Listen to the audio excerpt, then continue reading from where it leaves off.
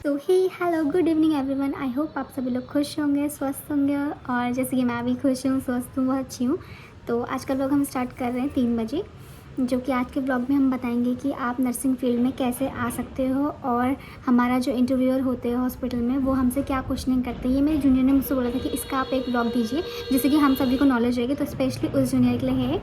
Guys अब start करते हैं, ज़्यादा टाइम नहीं लेते। फर्स्ट ऑफ ऑल आपका बीएससी नर्सिंग या जीएनएम या अनदर कोई भी फार्मा वाला कोर्स या पैरामेडिकल कोर्स वो आपका कंप्लीट होना चाहिए, और रजिस्ट्रेशन फर्स्ट होना चाहिए।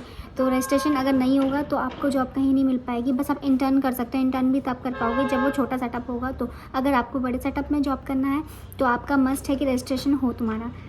तो फर्स्ट ऑफ ऑल जो भी हमारा इंटरव्यूअर होता है या डॉक्टर होता है या एचआर होता है, किसी भी हॉस्पिटल में आप XYZ कोई भी हॉस्पिटल में आप जाओगे तो वहाँ आपसे बहुत से क्वेश्चनिंग करेंगे। क्वेश्चनिंग ये करेंगे, फर्स्ट क्वेश्चन हमारा ये होता है कि सबसे पहले तो अगर आप किसी स्पेशलिटी में कहीं काम कर चुके हो, जैसे मैंने ऑल ओवर सब जगह में मैंने काम किया, इमरजेंसी, OT, ICU सब जगह मैंने काम किया। बाकी मैंने पीडिया का काम नहीं किया था, तो मैं पीडिया का काम अब यहाँ पे कर रही हूँ और मैं सीख रही हूँ, और बढ़िया है पीडिया का वर्क भी।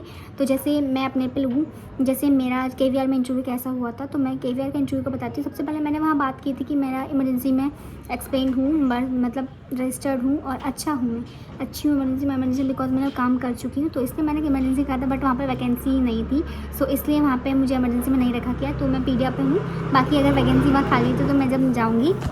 तो अब आते हैं हम इंटरव्यूज़ के क्वेश्चन पे। सो जहाँ भी आप बड़े सेटअप में या किसी भी एक्सपर्ट सेटअप में जाओगे तो आपसे वहाँ के डॉक्टर्स या HR या जो भी आपका इंटरव्यूअर होगा वो आपसे पूछेगा कि आपका मतलब आपसे कुछ क्वेश्चन पड़ेगा। First of all first question यही होता है कि नॉर्मल है, सबसे नॉर्मल क्वेश्चन, और बेसिस लेवल के क्वेश्चन पूछते हैं सबसे पहले। तो स्टार्टिंग हमारी वाइटल्स से होती है, तो आपका जो एग्जामिनर होगा वो आपसे वाइटल्स का पता करेगा कि नॉर्मल वाइटल्स क्या होते हैं, एबनॉर्मल वाइटल्स क्या होते हैं, चाइल्ड के वाइटल्स क्या होते हैं, एडल्ट के वाइटल क्या होते हैं। अगर आप सभी को पता है तो वेल एंड गुड, बहुत बढ़िया है। मेरे कमेंट बॉक्स में बता दीजिएगा BP नॉर्मल क्या होता है, टेम्परेचर नॉर्मल क्या होता है, रेस्पिरेशन नॉर्मल क्या होता है, और पल्स नॉर्मल क्या होती है। तो अगर आप किसी को पता नहीं है तो यहाँ पे मैं अपने डैशबोर्ड में दे देती हूँ, यहाँ पे ये सब लिखें, तो ये आप जो के लिए अपना एक्सप्लेनेशन और अच्छी तरीके से लर्न कर लीजिएगा। तो देन हमारा सेकंड क्वेश्चन होता है कि हमारी 10 एमरजेंसी ड्रग्स कौन कौन सी होती हैं। तो अगर आपको पता है तो बढ़िया, बाकी यहाँ पे मैंने लिख दी है 10 एमरजेंसी ड्रग्स। बाकी अगर आपको 10 एमरजेंसी ड्रग्स करके कुछ बोलते हैं तो ये आपके लिए बेस्ट नहीं है, ये आपका इंटरव्यू का जो भी इंप्रेशन होता है वो आपका ख़राब करेगा। तो आपको अपनी emergency drug in hand 10 learn होनी चाहिए। जैसे एट्रोपिन हो गया, आपका एग्जाम में ना बहुत इंटरेस्ट होगा अगर आप इन हैंड मतलब मुँह से वर्बलाइज करके ही आप 10 बताएंगे, तो यहाँ पर आप ये लर्न कर लीजिएगा। देन थर्ड क्वेश्चन हमारा ये होता है कि हमें IV सेट लगाना आता है या नहीं आता, हम फ्लूइड कितना पेशेंट को कितना देना चाहिए, किस डिज़ीज़ में देना चाहिए, ये सब हमसे एग्जामिनर पूछता है। और IV फ्लूइड कौन कौन से होते हैं, अगर आपको पता है तो गुड है, अगर नहीं पता तो यहाँ पे सब IV फ्लूइड्स के नेम्स हैं। और बाकी अगर आपको कैथ लगाना आता है या नहीं आता, किस नंबर का कैथ होता है, कितने साइज़ का कैथ होता है, ये सब आपसे पूछेगा एग्जामिनर।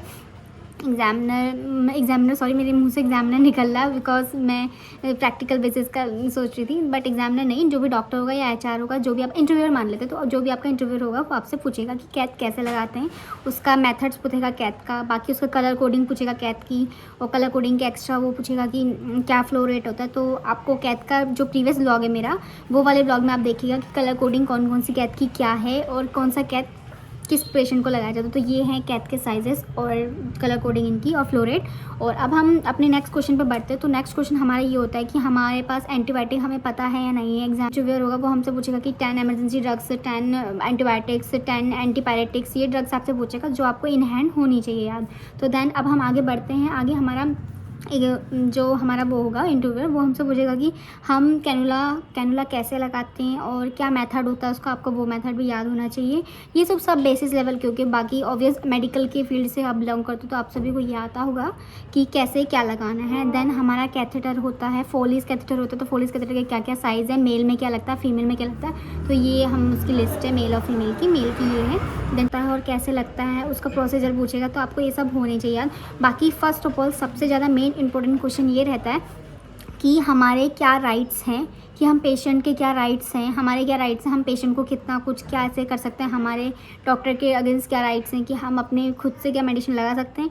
तो इसका आंसर नहीं है, हम खुद के मेडिकेशन हम खुद ही एक्सपर्ट नहीं बनना चाहिए हमें, हम खुद से मेडिसिन नहीं लगा सकते, बिकॉज जो कंसल्टेंट होता है जो हमसे वो कहेंगे वो हम लगाएंगे, वो हम करेंगे। तो हमें वैसी मेडिसिन लगानी चाहिए कंसल्टेंट के थ्रू, मतलब कंसल्टेंट ने कहा देन हम मेडिसिन लगाएंगे। तो इसका ये आंसर है। देन हमें जो कंसल्टेंट कहेगा कि हमें इतने फ्लोमीटर में लगाना होता है, ये लगाना होता है, और हमारे पेशेंट के क्या राइट्स होते हैं कि पेशेंट क्या खुद से कर सकता है। बाकी जब भी आप स्टाफ नर्स बनो या कहीं के भी स्टाफ नर्स बनो तो आपको अपने अंदर पेशेंट रखना चाहिए, बिकॉज पेशेंट के अटेंडर्स काफ़ी इरिटेट करते हैं नर्स स्टाफ को, वो तो ऑब्वियस सभी को पता होगा। तो अपने अंदर पेशेंस रखना चाहिए। और बाकी अगर आपने ये आंसर्स दे दिए क्वेश्चंस के तो वेल एंड गुड, बहुत बढ़िया। बाकी वो क्वेश्चंस बहुत एक्स्ट्रा भी पूछते हैं, जैसे वेंटी हो गया, हम अगर आगे हायर लेवल में बढ़ें तो हमारे पास वेंटी हो गया, वेंटी हमें कैसे यूज़ करना है, कैसे लगाना है, ये सब पूछते हैं। कौन कौन से मोड होते हैं, कैसे मोड स्टार्ट होता है, क्या हम हर पेशेंट पे वही मोड रखते हैं, क्या हम पेशेंट पे सारे मोड्स ऑन होते हैं, तो ये सब आपको बताना होता है। और बाकी बाई पैप कैसे लगाते हैं, सी पैप कैसे लगते हैं और ये किस पेशेंट पे लगते हैं, ये सब पूछेंगे। बाकी जो फोलिस होता है, क्या फोलिस हम सभी पेशेंट पे लगा देंगे अगर वो अनकॉन्शियस है, कॉन्शियस है, ये कॉन्शियस क्या होता है, अनकॉन्शियस क्या होता है, ये सब आपसे पूछेगा। बाकी जो मेडिकल टर्म्स होती है, मेडिकल टर्म्स आपको इन्हें लर्न होनी चाहिए, जैसे कॉन्शियस हो गया, जैसे हम फुली, जैसे मैं हूँ, मैं वर्बलाइज कर रही हूँ, मैं सब कुछ कर रही हूँ, मुझे पता चल रहा है कि मुझे क्या हो रहा है, क्या नहीं हो रहा है, मैं क्या कर रही हूँ, तो ये कॉन्शियस हो गया। अनकॉन्शियस जो बिल्कुल ही डाउन होता है, मतलब बिल्कुल ही, मतलब उसके बॉडी में कुछ भी एक्टिविटी नहीं है, तो इसे हम अनकॉन्शियस कहते हैं। जैसे सेमी कॉन्शियस, हाँ उसे पल भर की खबर पता चल रही है, पल भर में उसे पता लगे मैं कहाँ हूँ, मतलब पिंच कर रहे हैं तो उसे महसूस हो रहा है, तो ये सब होता है हमारा सेमी कॉन्शियस। तो देन हम आगे बढ़ते हैं ये ब्लॉग में। तो हमारा यही सब हम क्वेश्चनिंग करते हैं। अब ये इंटरव्यू बहुत काफ़ी से क्वेश्चन होते हैं, बट हायर लेवल के जो क्वेश्चन होते हैं वो मैंने आपको बताती है। बाकी अगर आप किसी भी लेवल में कहीं भी जाना चाहते हैं तो ये क्वेश्चन पढ़िएगा। ये बेसिस लेवल के क्वेश्चन है, हायर लेवल के क्वेश्चन आपको खुद से करने होंगे, बिकॉज हर किसी का लेवल चेक करते हैं सर। जैसे मेरा BSc, तो हमारा BSc कैटेगरी के अकॉर्डिंग हमसे पूछा जाएगा, GNM वाले को GNM के अकॉर्डिंग, फार्मा वाले को फार्मा के अकॉर्डिंग, तो यही सब होता है सब कुछ। तो अगर आप रजिस्टर्ड हैं तो मेनली आप कहीं भी जा सकती हैं, बट अकॉर्डिंग टू गवर्नमेंट और प्राइवेट सेक्टर तो मस्ट ये है कि government sector is best sector. वो इसलिए क्योंकि वहाँ पे सेटिस्फेक्शन हर चीज़ की होती है, हर चीज़ की सर्टिफिकेशन इसलिए होती है क्योंकि वहाँ सैलरी पेमेंट इंक्रीजमेंट बहुत जल्दी होता है और सैलरी भी अच्छी होती है, first of all. Second of all कि हमारा ड्यूटी आवर्स कुछ इंक्लूडेड होता है, कितने आवर्स के होते हैं, 3, 4, 6, 7 ऐसे आवर्स की होती है। बाकी प्राइवेट सेक्टर में भी हाँ अकॉर्डिंग टू आवर्स यहाँ ड्यूटी चलती है, बट हमारा ये होता है कि हमें मतलब किसी भी टाइम कभी भी रोक लिया जाता है, बाकी हमें बुला लिया जाता है। बाकी पेमेंट का इशू होता है कि हाँ इसकी सैलरी इतनी है तो इसकी सैलरी इतनी, अदरवाइज़ गवर्नमेंट में सैलरी परफेक्ट होती है और हमारी अकॉर्डिंग हमारे लिए बेटर होती है। वो इसलिए क्योंकि हमने इतना अच्छा कोर्स किया तो हमें गवर्नमेंट में अप्लाई करना बनता ही है। तो मेरे अकॉर्डिंग तो government is the best, but private sector भी बेस्ट है। गवर्नमेंट का कोई इंटरव्यू क्लियर नहीं किया है तो उसके अगेंस्ट मेरा कुछ अभी इशू नहीं है। बाकी आप उसके लिए तो बहुत अच्छी लेवल की स्टडी चाहिए, बाकी आप हर वक्त हर रोज़ उस लेवल की स्टडी करिए। वो इसलिए क्योंकि जब आप किसी कोर्स को करते हो तो उस कोर्स के अंदर का ही हमारा गवर्नमेंट सेक्टर पता करता है। तो गवर्नमेंट का अगर मेरा जब कभी क्लियर हो तो मैं आपको बताऊंगी पक्का कि हाँ मैंने क्या क्या किया था, क्या नहीं किया था। बाकी मेरे पास एक बुक है जो कि मैंने अपने फर्स्ट या सेकंड या थर्ड व्लॉग में मैंने आपको बताया है कि वो बुक क्या है, और कंपटीशन की बुक है, काफ़ी अच्छी बुक है। तो अगर आपको गाइस मेरे चैनल में लाइक शेयर करना, अगर आपको मेरा वीडियो पसंद आया हो या मेरी नॉलेजेबल वीडियोस पसंद आई हो तो लाइक शेयर सब्सक्राइब करना ना भूलें। बाकी आप मेरी वीडियोस को सभी को शेयर करें जिससे कि मेरा भी नॉलेज बढ़ेगा और मेरा माइंड भी शार्प होगा। और अगर आपको कोई आइडिया है कि मैं इस टॉपिक में बताऊं आपको तो आप प्लीज़ मेरे कमेंट बॉक्स में बता दीजिएगा कि हाँ मुझे इस कमेंट में इस टॉपिक में बताना है। तो ये मेरा ये वाला ब्लॉग तो स्पेशली मेरे जूनियर्स कुछ स्टूडेंट्स कह रहे थे कि दी आप ये वाला बताइए कि गवर्नमेंट सेक्टर बेस्ट है या प्राइवेट सेक्टर बेटर, बाकी इंटरव्यू कैसे क्रैक करें।